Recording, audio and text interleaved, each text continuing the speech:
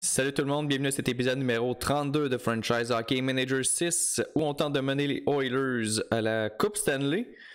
Et là on est rendu à la date limite des transactions comme on s'était laissé lors de l'épisode 31. On va juste faire un petit tour, voir s'il y aurait quelque chose qui pourrait nous intéresser. Je vais juste regarder avant le line-up pour voir là, où sont nos trous présentement.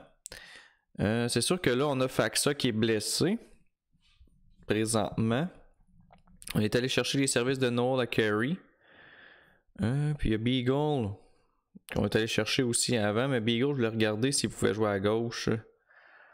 Oui, mais c'est pas vraiment sa meilleure position. Bon, fait qu'on va... Ah, c'est vrai, puis à Carey, il pouvait jouer au centre aussi. Même que c'est un joueur de centre. Donc, en partant, on va mettre Carey à la place de... Carey... On va le mettre à la place de Lavoie, sur la 3.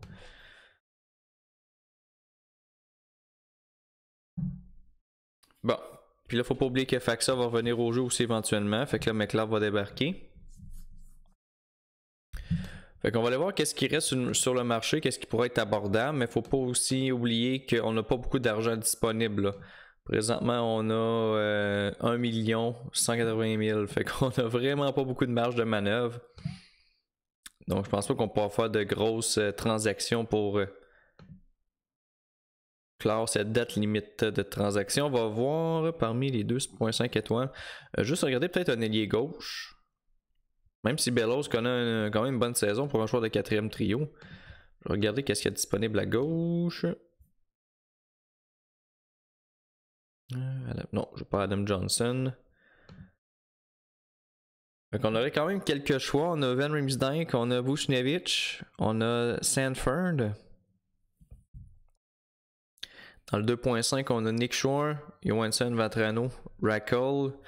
Mais ça, c'est pas mal des joueurs qui gagnent cher. Buchnevich gagne trop cher. Sanford, il gagne combien? 1 500 000, mais on n'a pas assez. Faudrait donner un joueur en retour. Rackle, ça doit être trop haut. Ouais, c'est ça, 3 millions. Nick Shore, peut-être? 1 400 000. Mais non, je pense qu'on va continuer comme ça. Ouais, on va officiellement terminer la date limite des transactions. Et on va se concentrer sur le dernier droit de la saison. Le prochain match qui a lieu contre les Golden Knights. J'avais hâte de les affronter, mais là, ils sont plus aussi dominants qu'ils étaient. Donc, le match-up n'est plus aussi intéressant. C'est sûr qu'en même temps, ça nous permet de nous gager un peu contre eux autres parce que il y a un temps où Vegas là, était quand même dominant. Mais c'est plus la formation là, qu'ils étaient quand on était en lutte contre eux autres. Maintenant, c'est plus l'Avalanche du Colorado qu'il faut vérifier si on est capable de les battre. On avait joué un match, je sais pas si c'est le dernier épisode ou l'autre précédent. On avait perdu un match serré, donc au moins ça nous indique qu'on est capable de les tenir pareil. Et là, il y a quelques transactions. On va faire le tour pour le fun. Une première transaction entre les Stars et les Ducks.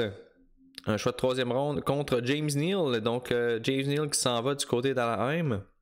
Ensuite, Dallas qui ont fait une autre transaction, cette fois-ci avec les Canucks. Transaction en question, c'est Antoine Roussel qui s'en va du côté de Dallas pour les services de Yakin Smallwood. Un joueur de 0.5 étoiles, potentiel de 2 versus un joueur de 2 étoiles. Ouais, je suis pas tant sûr de cette transaction-là pour les Canucks, mais bon. Si eux sont bien là-dedans, il n'y a pas moi qui va s'en plaindre.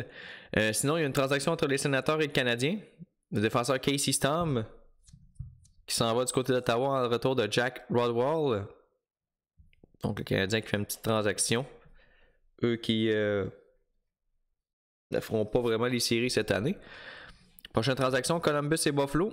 Vasily Glotov en retour de Lucas Sedlak. Donc un joueur de 1.5 potentiel de 2 versus un joueur de 2 potentiel de 2. Donc c'est quand même pas si pire.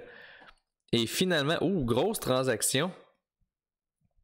Barrett Hayton, qui est un des meilleurs espoirs des Coyotes, et Carl Osner qui s'en va du côté de Washington en retour de Nick Jensen et le choix de 4e ronde en 2022. Je comprends pas trop le thinking là-dessus du côté des Coyotes qui viennent de sacrifier un de leurs meilleurs espoirs.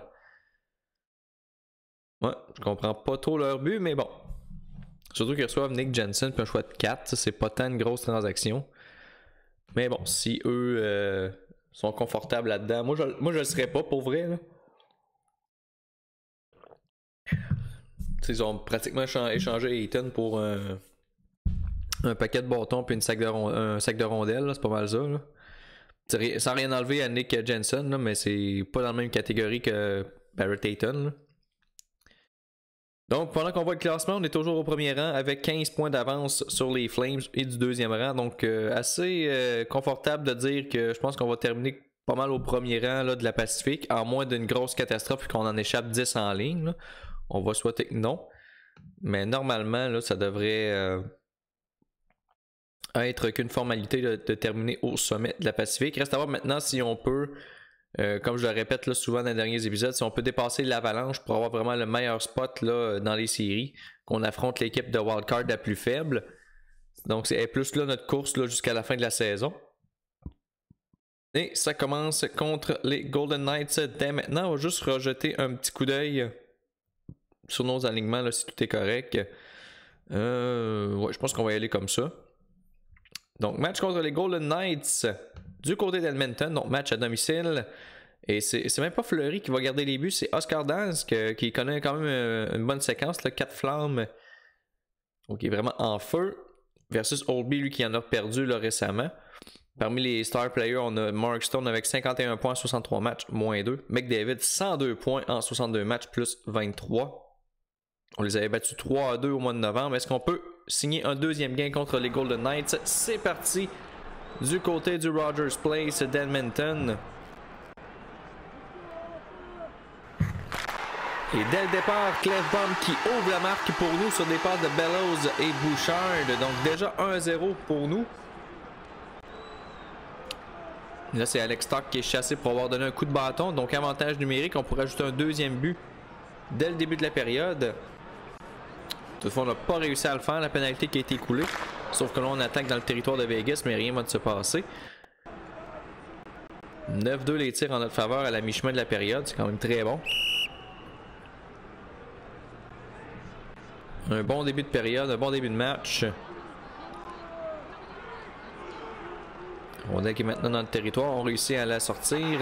Et on ajoute un deuxième but. C'est Oliver Carlington sur des passes de Yamamoto et de Philippe Broberg. Donc 2-0 pour nous.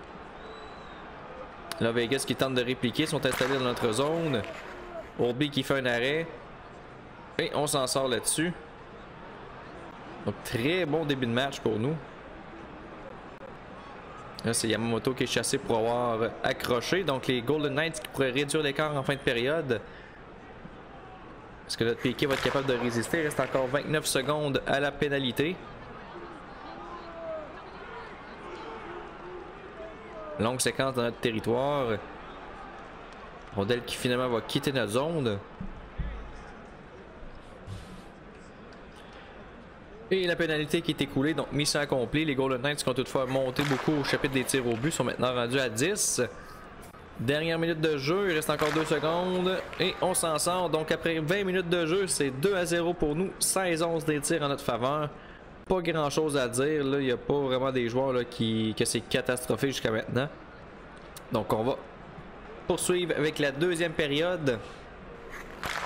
Dès le départ, les Golden Knights qui attaquent dans notre territoire ont réussi à sortir la rondelle. Cette fois, les Golden Knights qui la récupèrent. S'installe dans notre zone, mais Oldby qui fait l'arrêt. Donc on s'en est sorti là-dessus.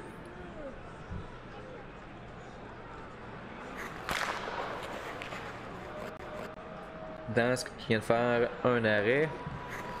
Là, une autre attaque de notre part, mais on n'est pas en mesure de marquer là-dessus. On est très tenace, toutefois on attaque souvent dans le territoire des Golden Knights. Autour de Vegas d'attaquer. Rondelle qui quitte le territoire, Vegas qui va la récupérer. Oups, accrocher le micro. Encore 15 minutes à faire en deuxième. Notre avance de 2 buts tient toujours. Le autre attaque de notre part. Est-ce qu'on peut réussir à mettre ça 3-0? Malheureusement non. Rendu à 35 tirs contre 14 seulement pour Vegas. Donc une belle domination jusqu'à maintenant, mais il reste encore beaucoup de temps. Vegas pourrait très bien marquer 2 buts et créer l'égalité.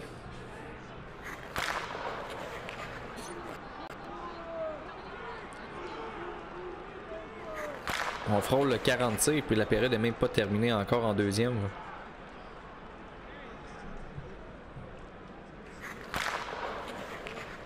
On vient officiellement de dépasser les 40 tirs. Et Paulie Harvey qui fait 3-0 sur des passes de Yamamoto et de Akari.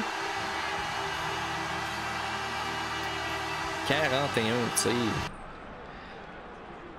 Disons que Dansk va avoir eu du caoutchouc dans ce match-là. Autre attaque des Oilers. Toutefois, on n'a pas réussi à marquer. Le Holtz qui est chassé pour avoir donné de la bande. Donc avantage numérique pour Vegas. Mais Carlson qui aussitôt écope de pénalité pour bâton élevé. On oublie ça, on joue à 4 contre 4. Occasion ratée là, pour Vegas.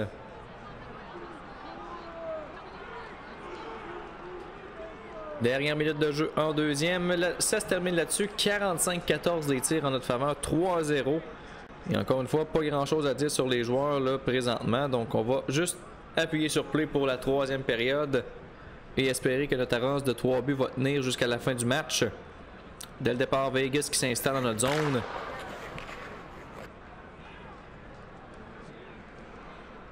Et on s'en sort encore une fois. Je rappelle que le dernier match qu'on avait joué, c'était-tu le dernier? Oui, c'était contre le Canadien. Qu'on avait eu 61 tirs au but. Pour moi, on va encore pogner à soixantaine, je pense bien.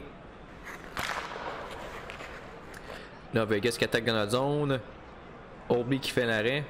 Autre attaque du côté des visiteurs. Et cette fois-ci, Pacioretty qui réussit à réduire l'écart sur les passes de William Karlsson. Avec 10-27 à faire, 3-1 pour les Oilers. Reste encore beaucoup de temps pour Vegas. En plus que Noel Acciari qui est chassé pour avoir donné de la bande. Donc Vegas qui pourrait ramener ça à un but seulement. Vegas qui est installé dans notre zone présentement. On s'en est sorti. La pénalité qui a été écoulée. Toutefois, Vegas qui attaque encore. On réussit à sortir la rondelle cependant. Et là, on vient de frapper le poteau en plus.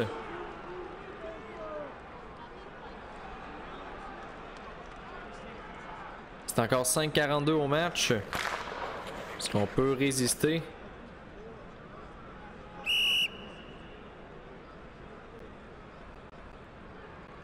« 59 tirs au but. Est-ce qu'on peut pogner la soixantaine? »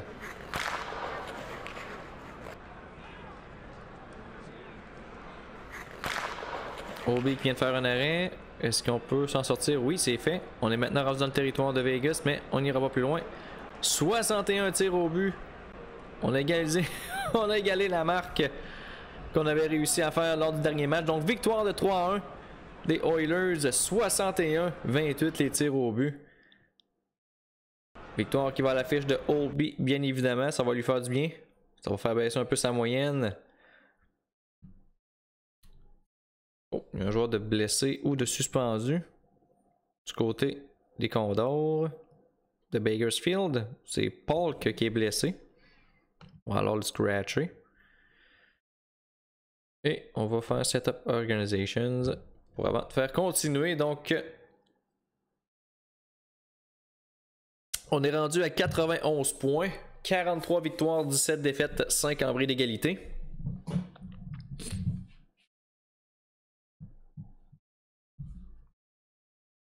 J'espère juste que ça sera pas une grosse saison régulière et qu'on va se faire sortir au premier tour des séries. Ça serait insultant un petit peu. Ça serait un petit peu insultant, mettons. On est rendu à 17 points d'écart avec les Flames. Oh, fait que ça qui serait prêt. Il est pas à 100%, mais on pourrait l'habiller, mais je prendrai pas de chance. Je vais le laisser récupérer à 100% avant de le mettre dans la formation. Pour s'assurer qu'il ne va pas se reblesser, puisqu'on va avoir besoin de lui durant les séries.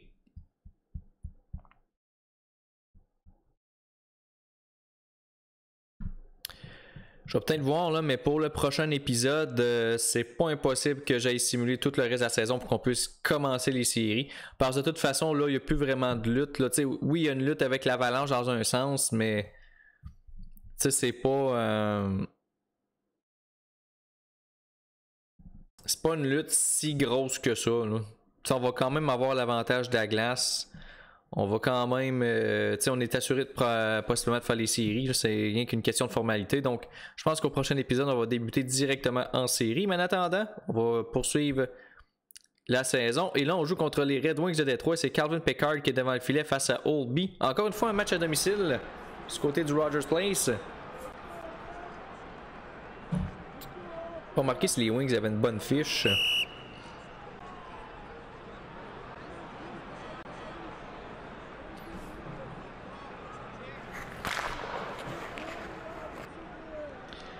Les Wings qui attaquent de notre territoire et ouvre la marque, c'est Joe Veleno, produit des Sea Dogs de Saint John et des Voltigeurs de Drummondville, qui a inscrit la marque sur des passes de Sam Bennett et un autre ancien joueur de la LHJMQ, Philippe Zadina.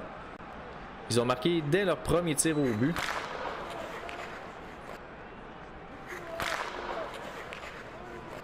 Et là, Larkin qui en ajoute 2-0. Très mauvais début de match pour Braden Oldby. Là, c'est à notre tour d'attaquer. Et Ehlers qui réduit l'écart sur des passes de Holtz et Nugent Hopkins. Donc, décidément, c'est pas un match de gardien de but jusqu'à maintenant.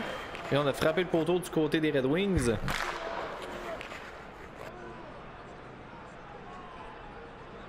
Joe Hicketts qui est chassé pour avoir retenu, ou plutôt accroché. Donc là, on a une belle occasion de créer l'égalité. On est installé dans le territoire des Red Wings et Draisaitl qui marque sur des passes de Connor McDavid et de John Klingberg. C'est l'égalité 2-2.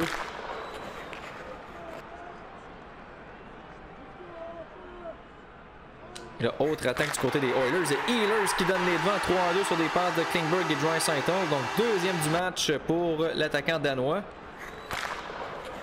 Est-ce qu'il peut aller chercher son tour du chapeau dans ce match-là?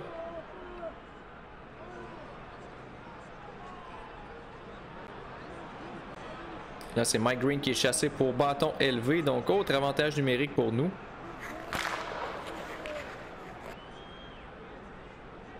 Ondel qui est dans le territoire des Wings. Les Wings qui tentent de la sortir, mais ça n'a pas fonctionné. Et McDavid qui ajoute un but 4-2 sur des passes de Draisaitl et de Tatar. Grosse période offensive dans ce match-là. Et là, c'est McLeod qui est chassé pour obstruction autour des Red Wings d'obtenir une occasion de marquer à 5 contre 4. Mais cette fois-ci, il n'y aura pas de but. Notre Piqué qui a fait le travail. Il reste une dose encore à faire à la période. Dernière minute de jeu.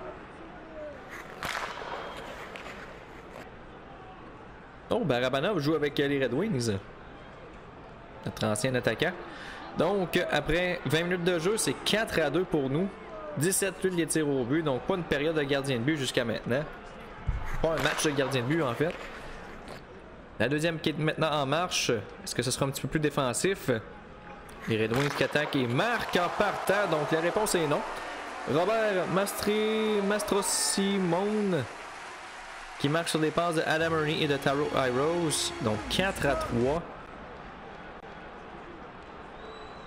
Christopher N qui est chassé pour avoir fait trébucher. Avantage numérique encore pour nous. On a marqué 2 fois en pareille situation depuis le début du match. Donc, notre avantage numérique va avoir été productif. Il reste encore 23 à la pénalité.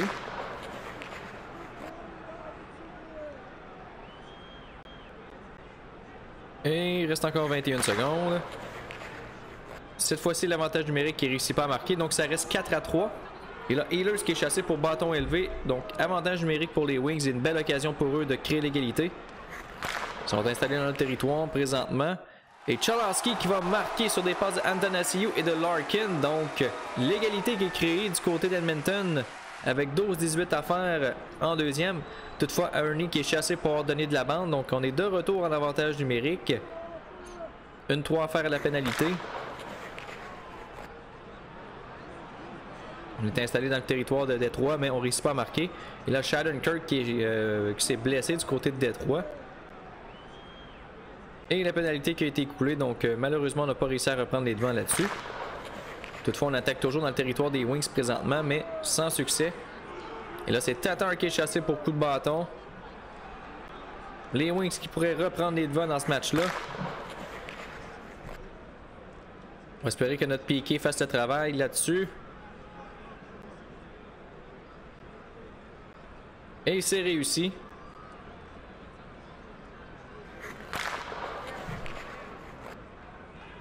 Les Wings qui attaquent présentement. Et Shannon Kirk qui donne les devants aux Red Wings sur une passe de Danny DeKeyser. Donc vraiment pas un bon match là, de Braden Holtby. Là c'est au tour des Oilers d'attaquer dans le territoire des Wings. Et Ehlers qui va pour son tour du chapeau sur les passes de Holtz et de Klingberg. L'égalité crée à nouveau. Donc Nick Ehlers qui connaît tout un match. Et là c'est Iros qui est chassé pour avoir accroché. Et c'est là-dessus que la période va se terminer. On va avoir encore une minute d'avantage numérique pour débuter la troisième. C'est 5-5, 37 les tirs au but. Bon, parmi les joueurs qui en arrachent, le quatrième trio, c'est pas fameux. C'est pas mal eux là, qui en arrachent le plus, mais ils sont déjà sur la 4. Il y a Paul Harvey aussi, là, mais il est à 3. Puis Beagle, c'est pas bien mieux. Donc, on va laisser ça comme ça. C'est Holtby qui m'inquiète un peu. C'est vraiment pas une bonne sortie pour lui présentement. On va espérer qu'il va être plus solide en troisième. Surtout qu'il a juste fait face à 18 lancés et accordé 5 buts. C'est vraiment pas une bonne moyenne pour lui. Là, les Red Wings qui attaquent encore à nouveau. Et Adam Ernie qui marque 6-5 sur des passes de Taro Iros et de Danny DeKeyser. Donc c'est vraiment pas le match de Holtby.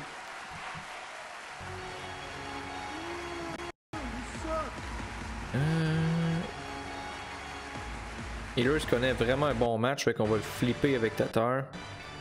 Puis on va donner plus de temps de jeu au top 6. Et on va espérer que notre équipe va être capable de créer l'égalité. On est dans le territoire des Wings présentement. Mais Pickard fait l'arrêt cette fois-ci. Autour des Red Wings d'attaquer. Et Iros qui fait 7-5. Hey. Holtby a 20.9 de ratings dans ce match-là. C'est pas fameux, mettons. C'est pas digne d'un gardien numéro 1. 7 buts sur 26 tirs.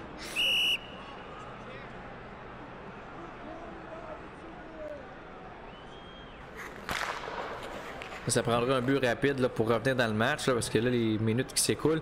Et là en plus Clefbaum qui est chassé, donc un avantage numérique à, j'allais dire à tuer, mais Antonaccio qui marque sur les passes de Chalowski, donc 8-5 je pense qu'on peut dire pas mal game over là. Hey, Holtby je pense qu'il a connu sa pire game depuis qu'il était avec nous là.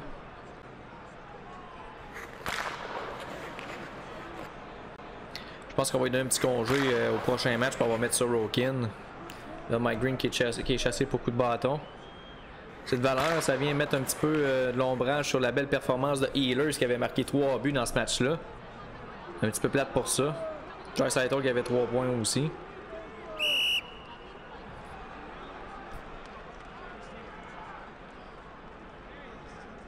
On est maintenant dans le territoire des Wings, mais Pickard qui fait l'arrêt. Dernière minute de jeu au match et c'est là-dessus que ça va se terminer. Donc défaite de 8-5 malgré le fait qu'on a tiré 43 fois contre 33 pour les Wings. Mais Holtby, là, c'est un peu le responsable de la défaite. Là. On a réussi à marquer quand même 5 buts dans ce match-là. Normalement, quand tu marques 5 buts, tu es censé le gagner. Là. Mais bon, il y a des games que ça va moins bien. On va lui donner un petit congé. On va mettre Sorokin pour le prochain match.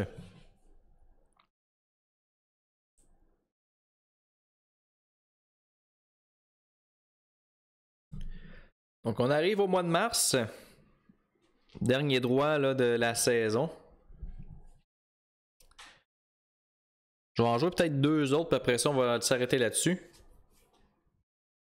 Et le prochain épisode, je pense que vraiment que je vais simuler jusqu'aux séries. Parce que comme je dis, là, le reste de la saison, il n'y a pas de course. Là, on a 17 points d'avance sur les Flames. Là.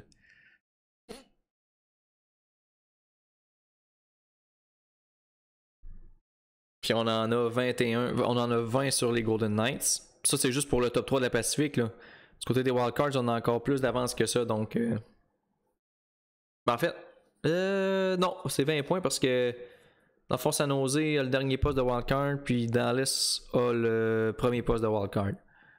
Fait que si on est à 20 points, on a 20 points d'avance sur la troisième place et les Wildcards. Comme je dis, là, à moins qu'il y ait une grosse catastrophe, là, d'après moi, on va finir premier de la Pacifique. Bon, développement. Nice. Holtz a gagné quelques stats. Cool. Bon. On va checker s'il n'y aurait pas des waivers d'un coup que. Il n'y en a pas. On va faire continuer pour simuler jusqu'au prochain match qui sera contre les Ducks. Un autre match à domicile. Donc, je sais pas si c'est parce que j'ai quasiment tout simulé les matchs à l'étranger, mais il me semble qu'on joue souvent à domicile quand on fait des épisodes. Pas moi qui va s'en plaindre, là, mais je trouve ça bizarre.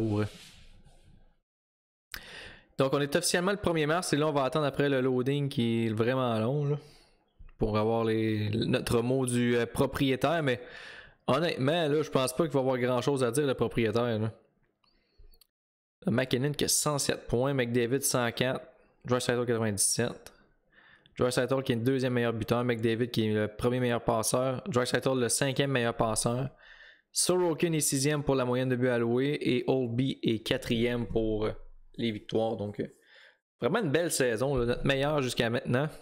Ça, il n'y a aucun doute.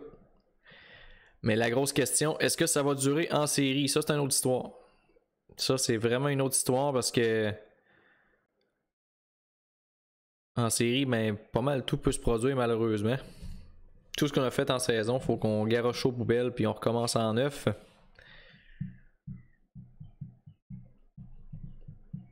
J'aimerais ça me rendre au moins en finale de l'Ouest. Ça serait déjà un bel objectif atteint. Là. Et là, Faksa qui est à 100%, donc bonne nouvelle. On pourra l'insérer dans la formation et ensuite mettre Cherry sur le 4e trio. Bon, qu'est-ce que notre propriétaire nous dit? Ça, c'est Jeff Skinner, ça, on s'en fout. On a 8-5-1 lors du dernier mois.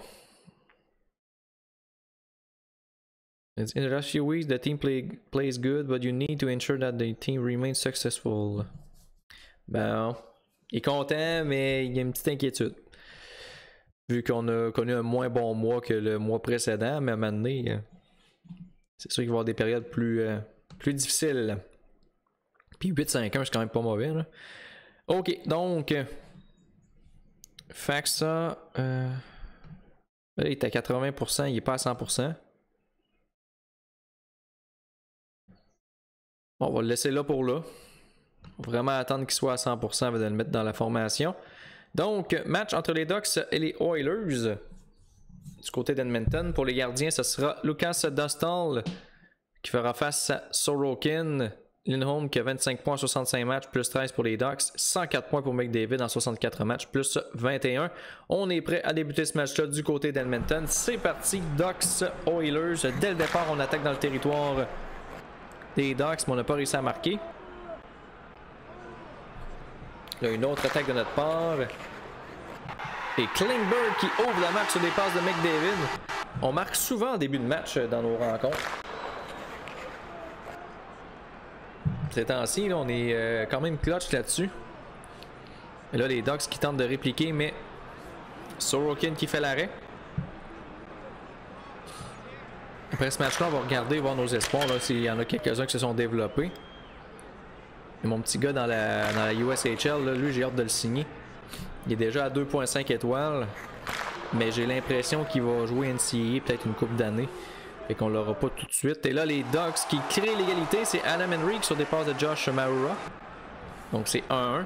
Mais ouais, j'ai l'impression que notre meilleur prospect, qui va peut-être bien jouer dans la NCAA quelques années, avant de vouloir se joindre.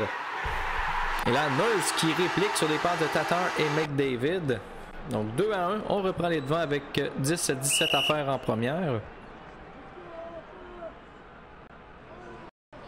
J'ai hâte de voir par exemple devant le filet. Là, je sais qu'on fait beaucoup de projections, là, mais pour la saison prochaine. Parce que là, j'ai Oldby qui commence déjà à régresser. Là, il était à 4 étoiles, il est rendu à 3.5. J'ai Sorokin, je sais plus c'est quoi son potentiel à Sorokin. Je pense que c'était 3. Non, c'est 4, il est déjà rendu à 3.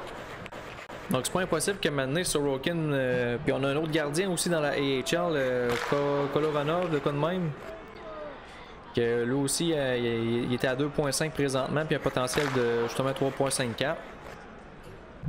Donc, puis Oldby nous coûte très cher. Ce qu'il faudrait qu'il arrive, il faudrait que Sorokin pogne le 3.5 cette saison-ci, puis qu'on essaie d'échanger Oldby. Parce que là, Oldby nous coûte très cher. Tu sais, on a payé quoi, 9 millions pour Oldby.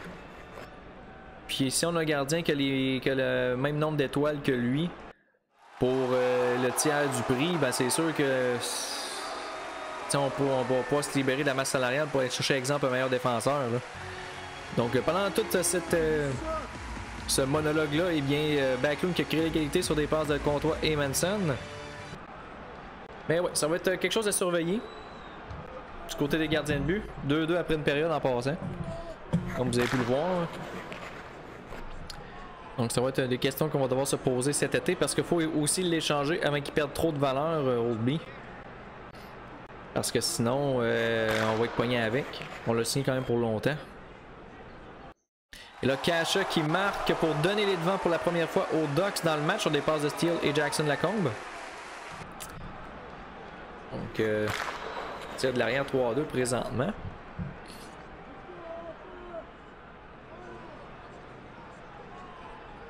Les Ducks qui récupèrent la rondelle dans le territoire central, ils l'amènent dans notre zone, mais pas de dégâts là-dessus. Toutefois, autre attaque là, des Ducks. Là, on récupère finalement la rondelle, on réussit à la sortir, mais sans plus. Là, c'est Rickard Rakell qui est chassé pour interférence, donc belle occasion de venir créer l'égalité. On est installé dans le territoire et Tatar qui marque sur des passes de Klingberg et McDavid. Donc, on est de retour à la case départ, 3-3.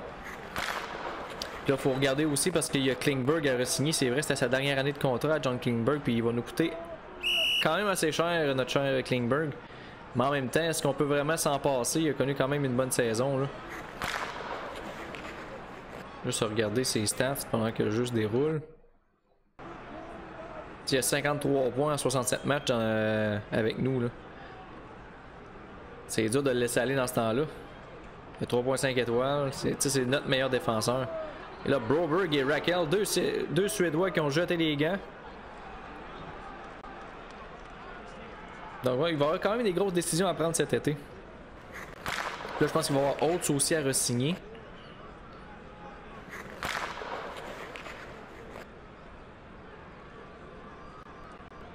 Holtz, tu connais une bonne saison à date. 31 points en 81 matchs, c'est pas sa meilleure. Oh, t'as vu, non? 33 en 60 dégâts. Il a déjà dépassé son total de l'an dernier. C'est déjà une bonne affaire. Mais il pourrait être un petit peu plus dominant. Et là, avec une seconde à faire en deuxième, Nugent Hopkins qui marque sur des passes de Ehlers et Holtz. Justement, on parlait de lui. Récolte une mention d'aide. Donc, on prend les devants en fin de deuxième. 28-24 les tirs en faveur des Ducks, mais c'est 4-3 pour nous. On va débuter la troisième comme ça, on fera pas de changement pour là. Et là, Bellows qui est chassé pour avoir accroché. Et les Ducks qui en profitent. Jimmy Vesey sur des passes de Zegras et Sam Steele. On est de retour à la case départ. Toutefois, là, dès le départ, on attaque aussi dans le territoire, mais on n'est pas en mesure d'aller chercher le but qui va nous donner les devants. C'est encore 15 minutes à la période. Toujours l'égalité. Sorokin en plus, juste pour revenir sur le dossier des gardiens de but. Sorokin qui connaît vraiment une bien meilleure saison que l'an dernier. Je vais regarder pendant que le jeu se déroule. On peut même manquer un but, là, mais je suis curieux de voir. Tu sais, l'an dernier, il y a eu 7 victoires, 9 défaites, une en bris d'égalité. Cette saison, il est 13 victoires, 2 défaites. Toutefois, son pourcentage d'efficacité est meilleur l'an passé, mais sa moyenne de but alloué est meilleure cette année. Mais 13-2 depuis le début de la saison, c'est le jour et la nuit là, pour Sorokin. Et là, Zegras qui est chassé pour donner un coup de bâton. Donc, avantage numérique pour nous. Peut-on aller chercher ce but-là pour reprendre les devants avec 7,28 à faire? La réponse est non. On est de retour à 5 contre 5. 5,37 à faire au match. Ça nous prend un Sorokin solide là, pour au moins aller chercher un point. Et là, Jackson Lacombe qui est chassé pour rudesse. Donc, autre avantage numérique pour nous. La porte est grande ouverte là, pour aller chercher ce but-là. C'est encore une 33 la pénalité. Longue séquence présentement, mais elle se déroule surtout dans notre zone. La misère à sortir. Bon, c'est finalement fait. Mais Dostal qui fait l'arrêt. Encore 33 secondes.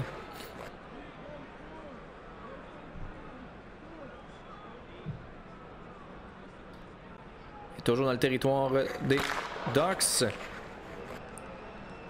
Et Draisaitl qui marque sur des passes de Tatar et McDavid. 5-3 avec 3 minutes à faire au match. Est-ce qu'on peut résister?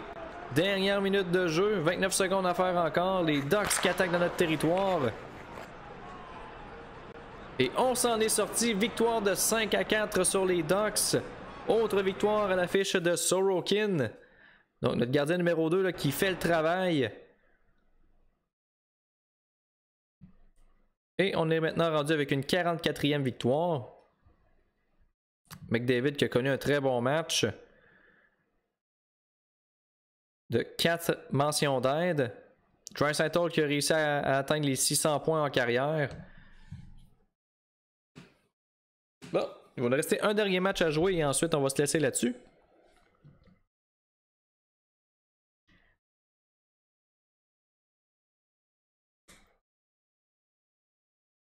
Fait que si on regarde le classement lorsqu'il va apparaître vite vite, ça devrait pas bien tarder.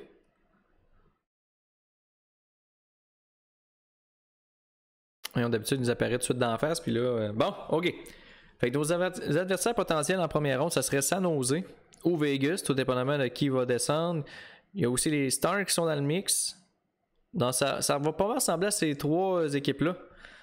Donc soit Vegas, soit San Jose ou Dallas. Comme affrontement de premier tour.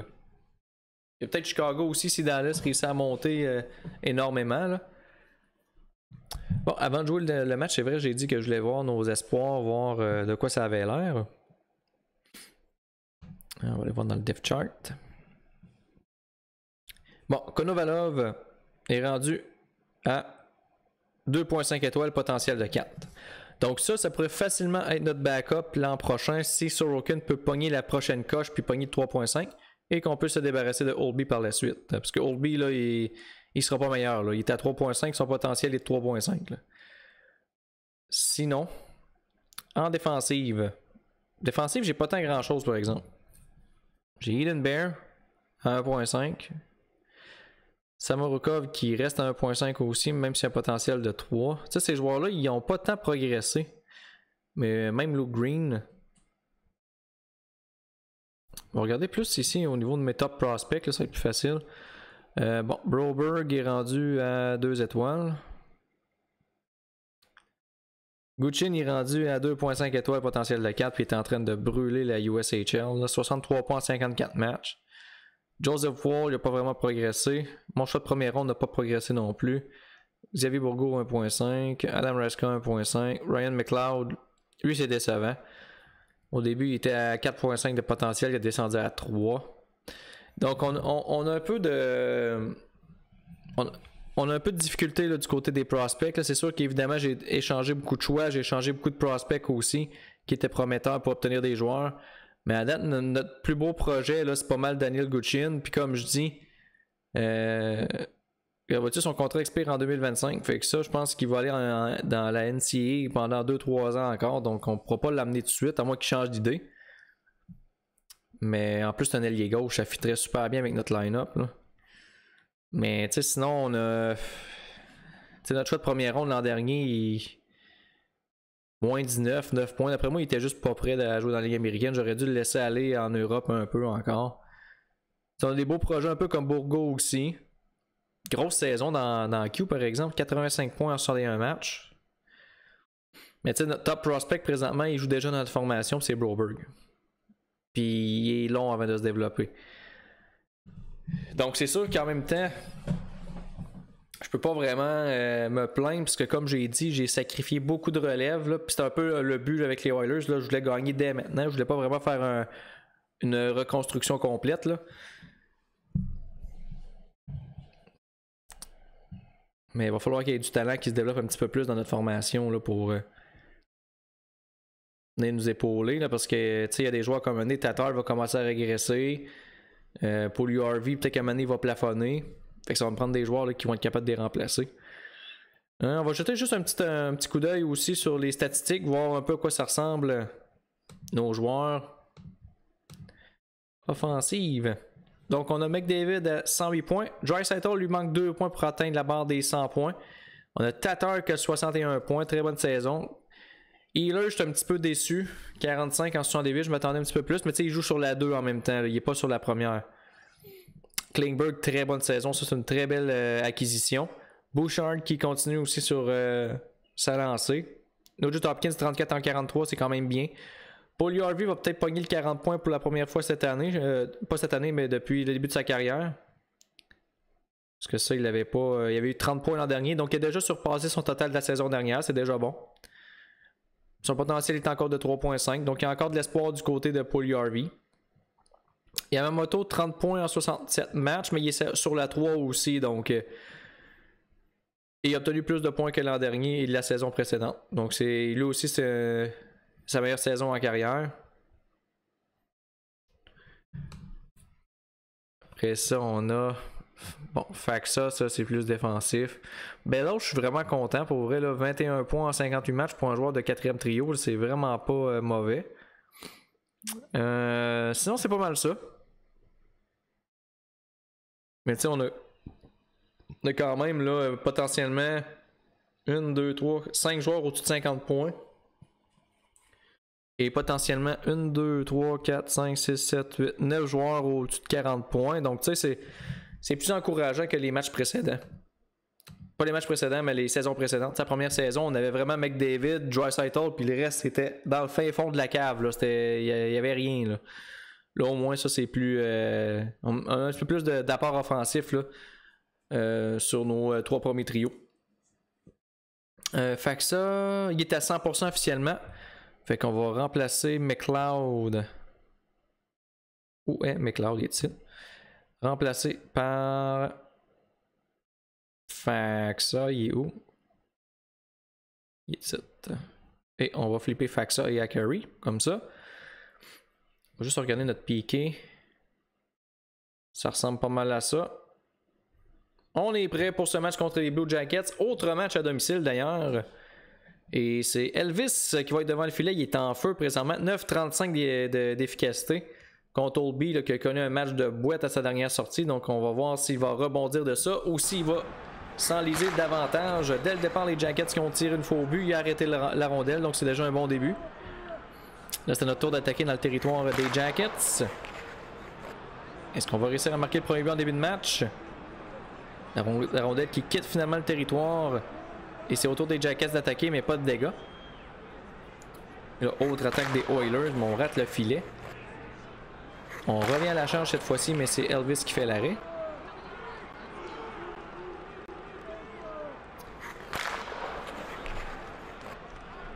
Y avait-tu une bonne cote Elvis dans le jeu là? Pas plus que ça, juste 2. J'imagine que dans la prochaine version qui vont sortir, il va y avoir une meilleure cote que ça.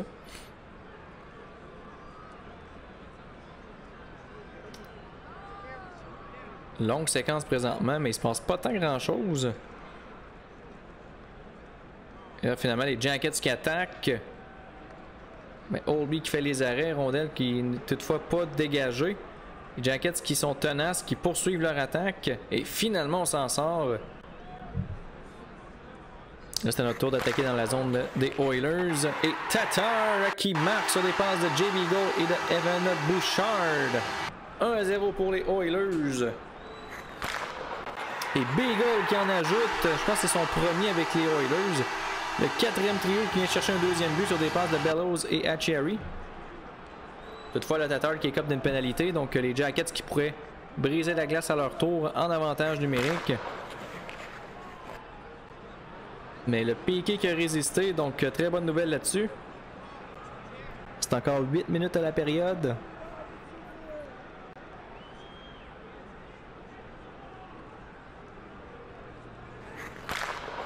Et finalement, les Jackets qui réussissent à percer Oldby. C'est Brett Conley qui marque sur des passes de Andrew Peak et de Telly Blogger. Ou Blogger, peu importe. Donc on revient à une avance d'un but. L'autre attaque des Jackets, mais cette fois-ci on résiste. Et là, c'était notre tour d'attaquer dans le territoire des Jackets, mais pas en mesure d'aller chercher le but. Et finalement, c'est Clefbaum qui va le faire sur les passes de Ehlers et Nugent Hopkins. On reprend notre avance de 2 buts vers la fin de la première période. Et Tatar qui en ajoute un 4e, donc c'est vraiment pas une bonne sortie pour Elvis présentement. Et là, Draisaitl qui est à 1 point d'atteindre les 100 points. Ça devrait se faire éventuellement. Là. Je pense pas qu'il va stagner à 99 pour le reste de la saison. Et là, on attaque à nouveau. Cette fois-ci, et là, on a changé de gardien du côté des Jackets. C'est Veni Vehviläinen qui est maintenant devant le filet. Et là, Jenner qui est chassé. Donc, avantage numérique pour nous. Il est coté combien ce gardien-là? Potentiel de 3. Il y a 2 étoiles présentement. Donc, il est meilleur que Elvis. Donc, après 20 minutes de jeu, 4-1 pour nous. 14-11 les tirs. On change rien. On débute la deuxième. Et là, Bouchard, dès le départ, qui est chassé pour avoir fait trébucher. Donc, les Jackets qui pourraient réduire l'écart. Mais notre Piqué qui fait le travail à nouveau. Là, c'était notre tour d'attaquer dans le territoire des Jackets, mais pas de dégâts.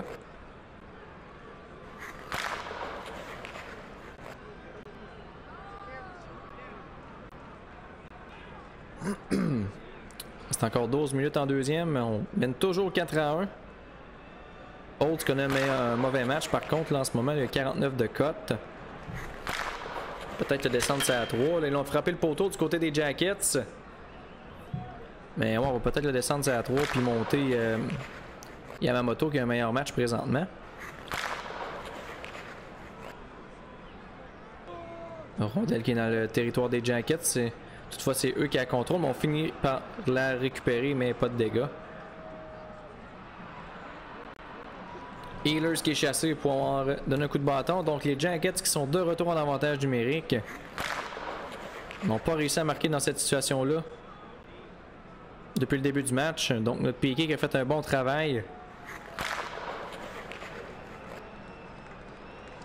Et c'est une autre pénalité découlée pour notre Piqué. Donc mission accomplie. Toutefois les Jackets qui attaquent encore. Mais Oldby qui est solide jusqu'à maintenant.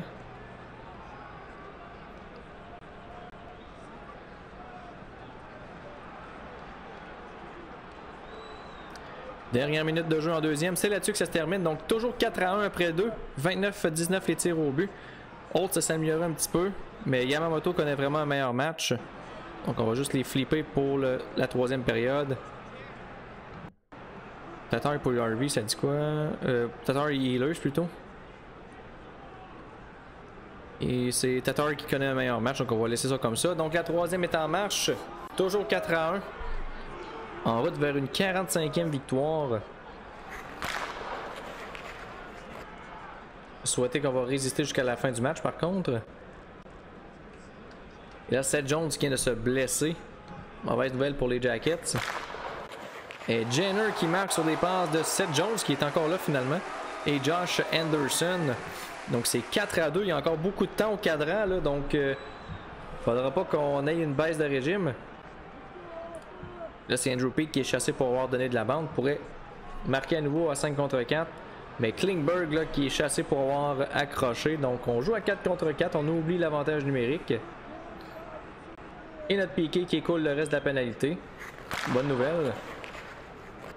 Sauf que là, les Jackets qui attaquent encore dans notre zone. On récupère finalement la rondelle. Toutefois, les Jackets qui l'ont et la ramènent dans notre zone. Mais Oldby qui fait l'arrêt. Là, c'est Andrew Peak qui est chassé pour avoir accroché. Autre pénalité. On va pas respirer un peu. À moins qu'on accorde un but en désavantage numérique. Là. Et Klingberg, encore une fois, qui vient de gâcher le tout avec une pénalité à son tour pour avoir accroché. Autre défi pour notre Piqué qui va devoir se défendre pendant 1 minute 23. C'est encore 23 secondes.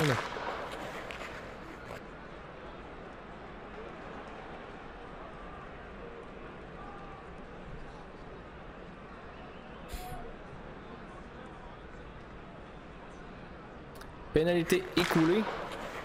Encore 4 minutes 4 secondes à faire au match.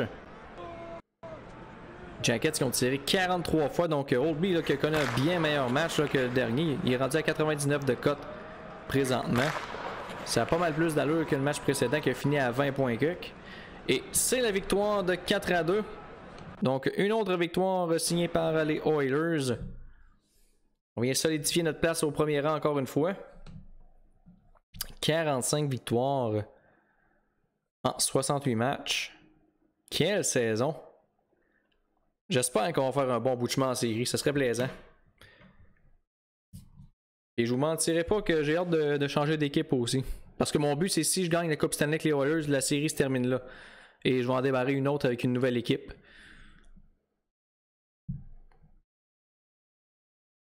Je sais pas quelle autre équipe que je vais prendre par exemple. Brooks. Brooks qui était sur les waivers. C'est un bon joueur ça. Bon, 1.5 puis 2.5 de potentiel, donc pas tant. Ovechkin qui a atteint les 1500 points en carrière. Les Prédateurs qui ont perdu Romagny aussi. Pour combien de temps? 4 mois. Ça va peut-être nous aider ça en série. C'est plate à dire là, mais...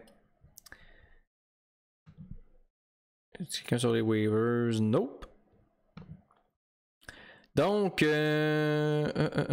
juste regarder le classement, voir si on s'est rapproché un peu de l'Avalanche. Et on va regarder aussi le portrait avec les wildcards et tout ça. On est à 4 points de l'Avalanche. Ils ont deux matchs en main sur nous. Les wildcards, la dernière équipe qui passe en série présentement, c'est les Sharks. Et on a 22 points d'avance sur les Sharks. Donc, honnêtement, vraiment pas inquiet. Et les Stars sont la deuxième équipe. Donc, nous, présentement, si les séries débutaient là, on pognerait les Sharks. Pas les Sharks, les Stars. Donc, ça va pas mal se jouer, comme je dis, là, entre les Stars et les Sharks. Il y a le Wild là, qui pousse aussi derrière. Puis, il y a les Hawks qui peuvent échapper des matchs un peu.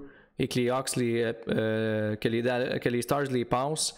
Mais c'est pas mal ces 4 équipes-là, d'après moi, qu'on va... Même les Jets qui sont pas à négliger vraiment, là, ils ont 4 points de... Mettons, ils ont 6 points de retard, mais ils ont des matchs de jouer de plus que les autres, là, donc ça va être plus difficile pour eux.